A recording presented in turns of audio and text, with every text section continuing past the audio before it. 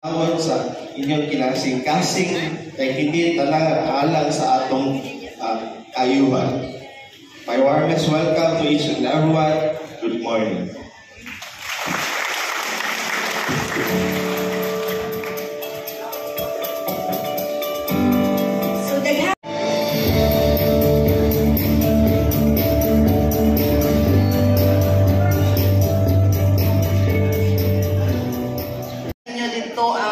Barkada program.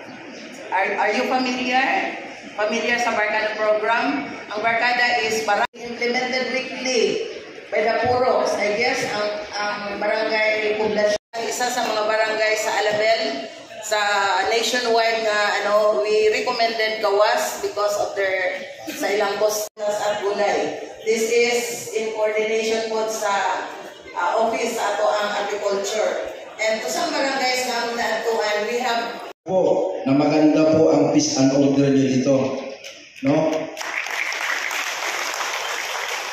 With regards sa 8 focus crime, pag-usapan natin yung 8 focus crime. Kami po kasi sa Philippine National Police, so pag-usapan natin yung 8 focus crime. So our first question is, unsa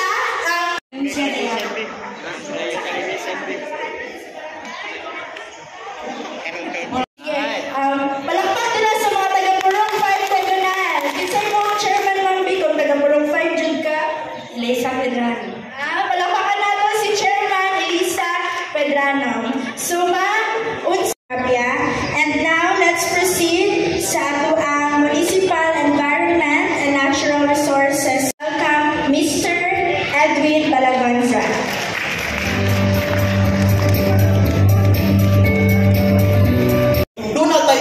Special basuran ang basura nunasan kung sa mga mga basura o kini ang basura nga ginatawag nato punder o buwak na bumbilya sa ilalong kung mahikap na to na kunya yung dayon hinahina may mga website na pwede kapustingan ni o sa mga lugar na makita sa ato ang katawhan. Kung walay huno na pag-remind sa ako sa pag-benepisyo na anay kasing-kasing o pagtanaw sa mga nanginahanglan. Iyon pa sa isa ako, behind every successful man is a strong woman. To my mother,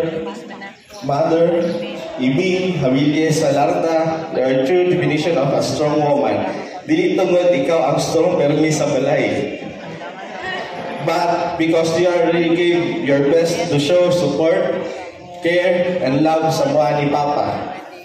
Without this, dili lang mo mahimo usa ka successful na leader and mayor si Papa. O sa kasayod mo, ang atong municipal administrator na si Ibig Salarta, nakita ninyo, di ba, paspas ang walay hulog pag-remind ng bisyo na anay kasing-kasing o kinahanglan.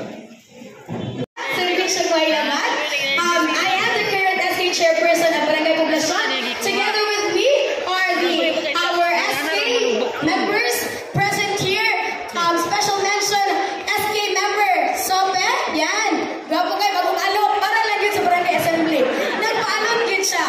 And our KK Federation President, Mr. J.O. Fabros, pag ato ang SK member na sa babaw kay, nagpabugnaw tayo siya kay, bago naman siya nakuanan sa heat stroke. So, panalagaan kita ito atong gagalingon, no? SK member, Mayan Parantar. Okay? You know,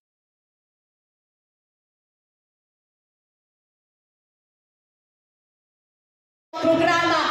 That's why makita niyo ang personal services from 500 plus dapat 388,800 lang ang padulong sa mga honorarium sa lingkod ng kabataan kay mandated yun. Unang very prevalent ng mga anxiety, depression, and all of those are real. Agay siya na pagtagaan o pagtagad. We also have our peace building and security 3.8 excelling. Okay. So, in 3 months, there were 9 meetings conducted, no?